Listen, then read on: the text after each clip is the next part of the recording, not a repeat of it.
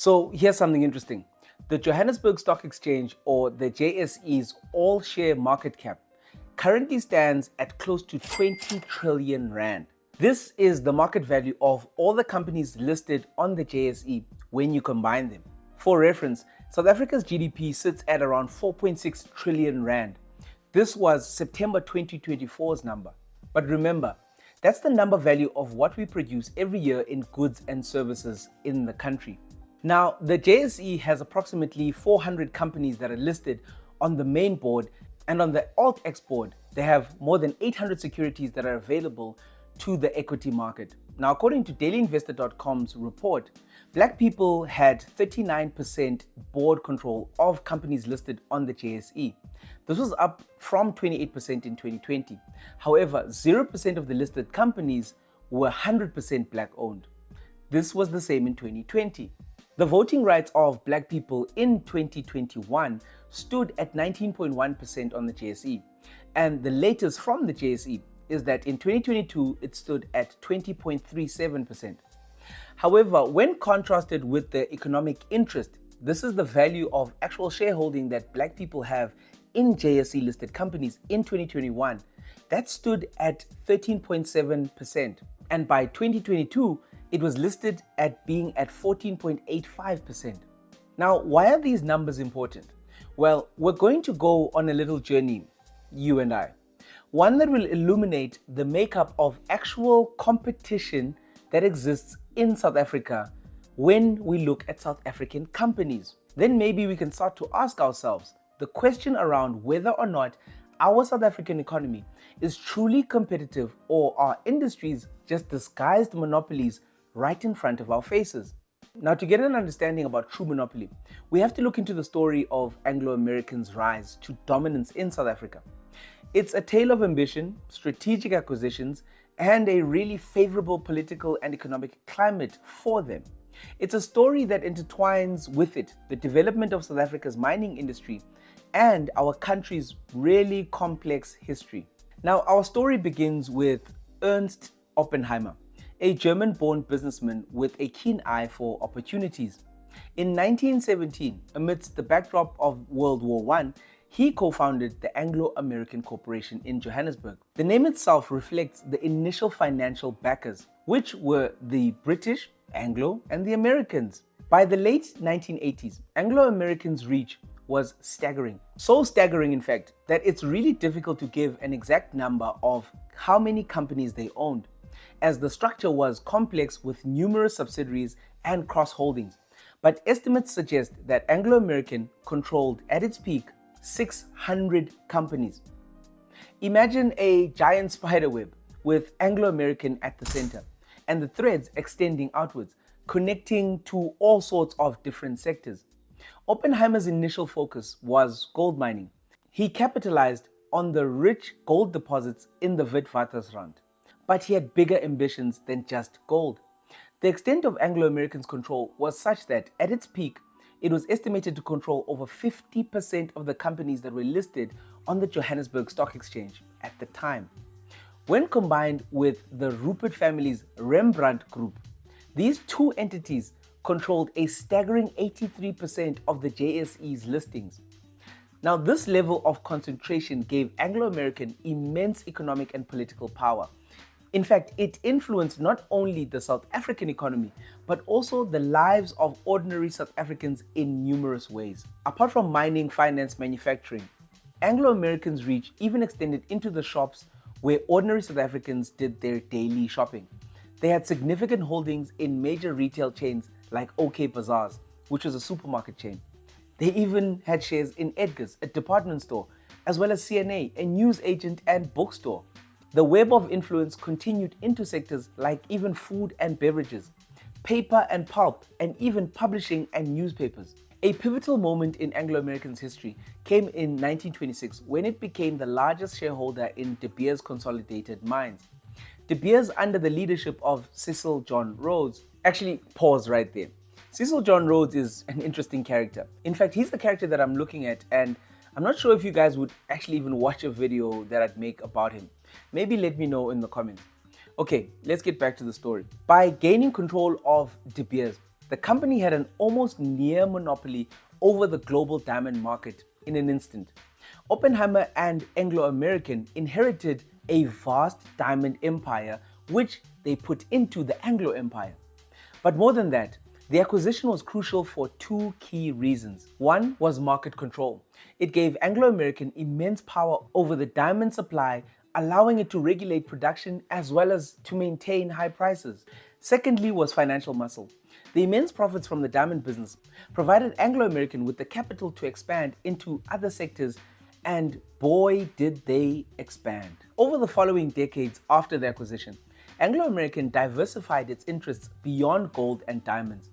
It moved into coal, platinum, manufacturing and associated industries, and even finance. They started investing in banks, industrial companies, and into other sectors of the South African economy. They had very little else to do with the money because of sanctions, and also South Africa's pariah state in the world. But trust me, they still found a way to move cash in and out of the country. But what is key here is that we need to understand that Anglo and other companies like them benefited greatly from the system of apartheid. Because firstly, apartheid policies favored Anglo and other white-owned businesses, and they helped them limit competition. They further created a very favorable environment for Anglo Americans' expansions and their takeovers. Secondly, they gave them free rein and access to South Africa's resources and also its very much exploited labor. The company basically had preferential access to mineral rights as well as other rights. And lastly, political influence. Anglo American wielded considerable and insanely powerful political influence due to its role in the economy and its war chest, money. This helped them to shape policies that benefited their own interests. While it's debated by many whether or not Anglo American ever held a complete monopoly in the strict sense of the word, it undoubtedly became one of the most dominant forces in the South African economy. Its vast holdings and its influence across multiple sectors gave them a very much immense economic and political power base. But Anglo American's legacy in South Africa is rather complex and it's multifaceted to some and really simple to others. On the one hand, it contributed to the development of the country through the mining industry. On the other hand, its dominance and monopoly contributed to economic inequality, and it became a beneficiary of exploitative practices of the apartheid era. In the post-apartheid era, Anglo American has undergone what they call significant changes. This includes them even divesting some of their South African assets and also focusing on global operations. However, its historical impact on the South African economy remains significant. They were a monopoly.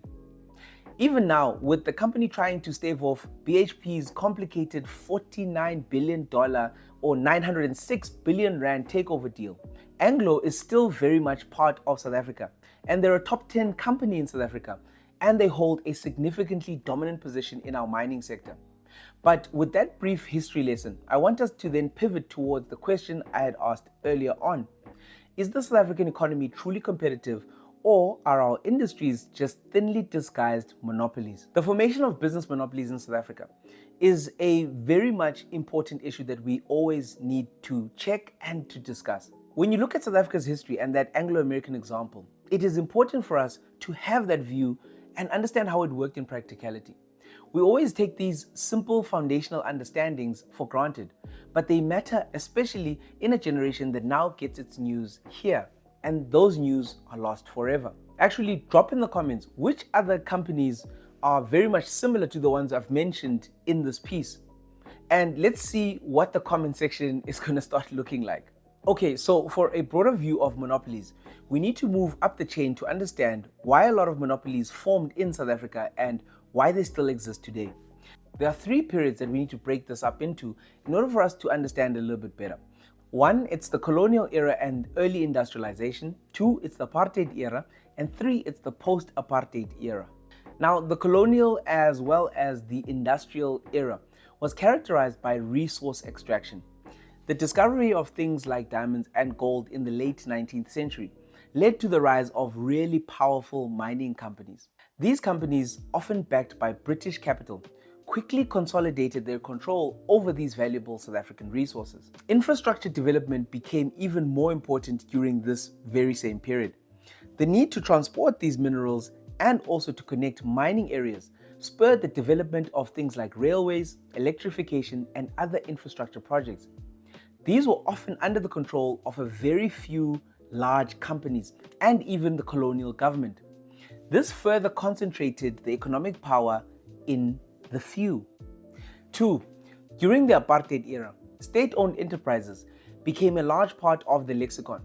The apartheid government established numerous state-owned enterprises, or SOEs, in key sectors like electricity, Eskom, transportation, Transnet, and telecommunications, Telkom. These SOEs enjoyed a significant market dominance, often with legal monopolies. Then consider that a lot of these key suppliers to these SOE companies were considered private, but they were heavily linked to crony and corrupt politicians. And many still exist in some shape or form after merging and rebranding post-apartheid. Then you need to also consider sanctions and isolation. Remember that international sanctions imposed on South Africa during apartheid limited foreign competition, allowing for domestic companies to grow and consolidate their market shares. Thus, they became very powerful and they closed out other players almost as a normal business practice. When it came to preferential policies, apartheid was a field day for these connected companies. The apartheid regime implemented policies that favored white-owned businesses and businesses that belonged to certain political players. This gave them an advantage in accessing things like capital, contracts, and even other resources.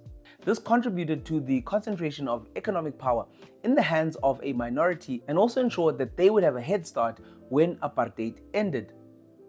Okay, let's move on to the third broad stroke that we need to understand, the post-apartheid era. The transition to democracy in the 1990s inherited a highly concentrated economy. While some efforts were made to promote competition and things like black economic empowerment were pushed, the legacy of past policies continued to shape the business landscape. It still does even today. There was just no way that just because apartheid ended, its economic foundations would suddenly just disappear. In the same post-apartheid era, we start to get a lot of talk about things like privatization and deregulation. That on its own is actually a video, but for now, let's just gloss over it. The thing is that the South African government's privatization and deregulation efforts, and even their overtures in some sectors, have led to the emergence of new private monopolies or even oligopolies. These are markets that are dominated by a few players. Think telecoms. A lot of things that weren't seen as a priority at the time had to be sold off. The government that took over in '94 needed money. Take for instance ISCO, a South African steel company that was sold during this very time. It was sold because they said efficiency, blah, blah, blah. It ended up being ArcelorMittal, and there's a great thread by Sizo Elo on X that actually explains this so well, and I'll link it below. Please remind me if I forget. Then there was the advent of global competition. With increased globalization and trade liberalization, South African companies were now exposed to greater competition.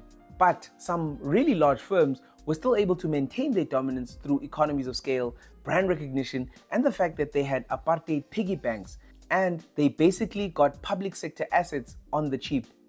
It was a feast. So with this understanding, we can better grasp that for monopolies to form in South Africa, historical legacy, resource wealth, state intervention, and limited competition, these were the things that played an important role in this. But what is the monopoly situation in South Africa right now? Well, Stats South Africa went around and checked out different parts of South Africa's economy, as well as its underlying industries. They looked at 14 different sectors, from things like fishing to farming, and they measured how much of the money that was generated in South Africa and elsewhere was going to the 5 biggest players in each sector. What they found was really interesting. The ocean fishing industry was one of the most concentrated sectors, which indicated a large monopolistic behavior. Imagine 5 giant fishing companies owning most of the fishing boats and catching most of the fish. These 5 companies controlled about 2/3 of all of the money in the sector. On the other hand, when it comes to farming, no single company controlled a really large share. But then again, with this one, we need to look at who owns the land and who's owning those farms. That's where the rubber hits the road. But that again is another video, not this video. Now, Stats SA couldn't look at every single sector. They clearly stated this, that they didn't have any updated information about industries like mining, electricity, gas, and even water supply at the time that they made this report. But they did have some clues about these sectors, and we'll actually get into that a little bit later. They also dug deep into smaller parts of the economy. They found that things like transporting of goods through pipelines, trains, and even airplanes was often dominated by a few big players. Now, this is likely due to it being a heavy capital intensive industry that needs a lot of money to get started in. But on the other hand, things like selling fuel, running doctors' offices, and even owning restaurants, this was really distributed and didn't have any monopolistic behavior that they could find. But what about SMMEs? Well, Stats SA found that these smaller shops played a vital role in certain areas. For example, in the food and beverage section, these smaller shops made a significant portion of their money, and also they employed the largest number of people in South Africa. Stats SA looked at some older records of these SMMEs, and they found that these smaller businesses, small is relative, but these smaller businesses have been actually gaining a bit more business over the last decade overall, although their share has dipped a little in recent times. In construction especially, the smaller businesses have become much more prominent players. Maybe that's also due to the post-2010 World Cup construction cartel and what they did, which really pissed off government. Because post that, they started losing a lot of government work. They were found to have colluded in inflating prices for stadium construction, and I have an entire video on that in the channel. Maybe you can check it out. Now, remember those sectors that they couldn't fully investigate earlier? Mining, electricity, gas, and water? Well, the older records showed that these areas are still very much dominated by large companies, a few large companies. But even there, smaller businesses have managed to carve out a tiny piece of the pie. But is that even enough? Maybe let us know in the comments. Is there enough competition in things like mining and the likes? And what can be done to increase competition? So, to answer the question that we started with at the beginning of this, are South African industries dominated by a few firms? Well, the story tells us a really mixed bag. Some sectors like ocean and fisheries, mining, electricity, gas, and even water are indeed heavily dominated by a few large companies. But in other sectors, especially where smaller businesses can play a big role, the business is much more spread out. But over time, these smaller players, we hope, will gain more influence in those marketplaces. There are, however, many reasons why some companies are more dominant than others. But what I've done in this piece is to try and give you an understanding of why this is the case. And hopefully, maybe the next time you can ask yourself why some companies seem to be too big to fail, but then at least by then, you'll have an idea as to why. Thank you for watching this video. Hopefully it was just as interesting as any other video that you've watched on this channel. Maybe check out one of these other videos and hopefully they'll be just as interesting as this one. Cheers.